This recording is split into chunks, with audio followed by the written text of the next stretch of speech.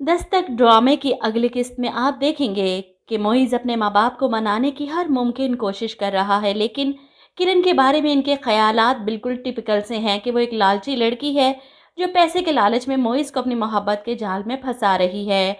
मोइज़ अपने बाप को बार बार समझाने की कोशिश करता है किरण ऐसी नहीं है, लेकिन मेरा ख्याल है कि हर माँ बाप के दिल में अपने बच्चों के लिए बेहतर से बेहतरीन की ख्वाहिश होती है। और शायद मुइज़ के वालिद अपनी जगह ठीक है। वो क्यों एक तलाक याफ्ता एक बच्चे की माँ को अपने घर की बहू बनाएँ? ये बात अलग है कि हमारे दीन में ये अफ़ज़ल काम है ताकि लोग ज़ना से बच सकें, लेकिन हमारा मुआशरा इजाज़त नहीं देता। यही तो अलमिया है कि लोग दीन से ज़्यादा मुआशरे को तरजीह देते हैं कि लोग क्या कहेंगे। इन्हें लगता है कि तलाक याफ्ता एक बच्चे की माँ गलत है, बदकिरदार है या लालची है, अगर वो दोबारा अपनी ज़िंदगी शुरू करने का सोचे। इधर मोइस किरण से दस्तबरदार होने को तैयार नहीं, चाहे इसके वालिद इसे जायदाद से आग क्यों ना कर दें। और यही बात वो बताने किरण के घर आता है जब पड़ोसन बिरयानी देने के बहाने किरण से सुनगुन लेने आती है कि तुम यहाँ पर अकेली रहती हो। अकेली औरत कैसी रह सकती है किसी मर्द के बगैर।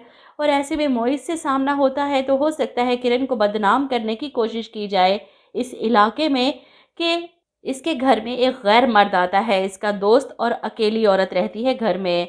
इधर मोइस किरण को बताने की कोशिश करता है कि इसके वालिद ने इसे आग कर देने की धमकी दी है। वो चाहते हैं कि मैं पीछे हट जाऊं, लेकिन मैं फ़ैसला कर चुका हूं, अब जो मर्ज़ी कर लें, मैं तुम्हें नहीं छोड़ सकता, तुम प्लीज़ मेरा साथ देना।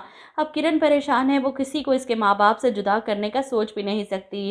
वो मोइस को समझाने की कोशिश करती है कि अपने वालिद को नाराज़ मत करो, लेकिन वो फ़ैसला कर चुका है किरण, वो तुम्हारे बारे में अभी नहीं जानते, जब जान जाएंगे तो अपनी ज़िद छोड़ देंगे।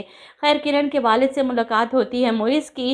इन्हें सब कुछ बताने के बाद वो इनसे कहता है मुझे और किरण को आपकी दुआओं और सपोर्ट की ज़रूरत होगी। यहाँ पर वो मुइज़ से पूछते हैं वो सब तो ठीक है, लेकिन शादी के बाद रखोगे कहाँ किरण को? मुइज़ की खामोशी किरण के वालिद को सोचने पर मजबूर कर देती है। वो अपनी बेटी को अंधे कुएं में धक्का नहीं दे सकते। अपने रिश्तेदारों को क्या जवाब देंगे किरण के वालिद कि इन्होंने अपनी बेटी को किसी राह चलते के सुपुर्द कर दिया जिसका कोई ख़ानदान नहीं, कोई माँ बाप नहीं। इसीलिए वो मोइज़ के रिश्ते से इनकार करने की कोशिश करेंगे कि अगर तो वो अपने वालिदैन को मना लेता है तो ठीक, वरना यहाँ पर किरण की वालदा ये सारी खबरें कबीर मामू को देती हैं, जिस पर कबीर परेशान हो जाता है। आप लोग इतनी सी बात के पीछे इस रिश्ते से इनकार मत करें। मैं मिला हूँ मोइज़ से, बहुत अच्छा लड़का है, बहुत अच्छा लाइफ पार्टनर साबित होगा किरण के लिए। आप समझ क्यों नहीं रही आपा इस बात को? इधर आप देखेंगे कि मोइज़ किरण के वालिद से मिलने के बाद इसे छोड़ने इसके फ्लैट में वापस आता है। दरवाज़ा खुला हुआ है। किरण ये देखकर हैरान और परेशान ये लोग घर के अंदर आते हैं जहाँ पर पूरा घर बिखरा पड़ा है। इतनी तोड़-फोड़, इसकी मोहब्बत से खरीदी गई हर चीज़ तोड़ दी गई। प्यार से सजाए हुए पूरे घर को तहस-नहस कर दिया गया। यहाँ तक कि इसके बेडरूम में मौजूद अलमारियों से कपड़ों तक को निकालकर पूरे कमरे में बिखेर दिया गया। हर चीज़ उलट-पुलट। ये देखकर तो किरण रो पड़ती है कि ये सब किसने किया है। मुइज़ भी परेशान कि इस सोसाइटी में तो इतनी सिक्योरिटी है, यहाँ पर ऐसी वैसी हरकत कौन कर सकता है। वो किरण को मुतमईन करता है कि मैं पता करवाता हूँ यहाँ के सीसीटीवी कैमरास से, तुम परेशान मत हो, घबराओ मत। अब किरण तो वाकई डर जाती है कि अगर इस तरह घर में आकर कोई तोड़-फोड़ कर सकता है इनकी गैर मौजूदगी में, और अगर किरण घर में हुई तो वो क्या करेगी।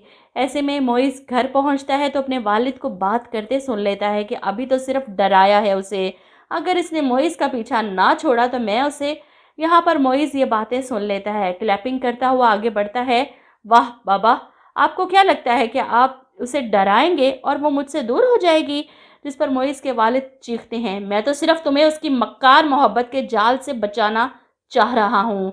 लेकिन मोइज़ का फैसला अटल है। अब किरण का साथ वो किसी कीमत पर नहीं छोड़ने वाला। इसलिए अगले ही दिन नाश्ते की टेबल पर अपने वालिद को अपना फैसला सुनाता है कि आप मुझे इस घर से निकालना चाहते हैं, निकाल दें।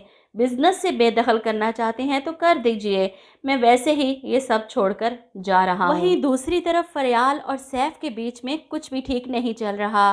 फरियाल किरण और सैफ के बच्चे को कबूल करने को तैयार नहीं कि शानी इस घर में नहीं आएगा, लेकिन दूसरी तरफ वो सैफ से बात करती है कि वो बच्चा अडॉप्ट करना चाहती है। इस तरह किसी यतीम को माँ बाप का प्यार मिल जाएगा और हमारी सूनी गोद भी भर जाएगी। और यहाँ पर सैफ को एतराज़ है फरियाल की इस बात पर कि वो क्यों किसी और का बच्चा अडॉप्ट करे, उसे पाले, जब इसका अपना बेटा है। लेकिन फरियाल तो इसकी बात नहीं सुनने वाली। वो पहुंच जाती है ऑर्फन होम बच्चा अडॉप्ट करने, और यहाँ पर इसकी और सैफ की लड़ाई होगी, आपस में तकरार होगी। इस बात पर इन दोनों के बीच अलहदगी हो जाएगी।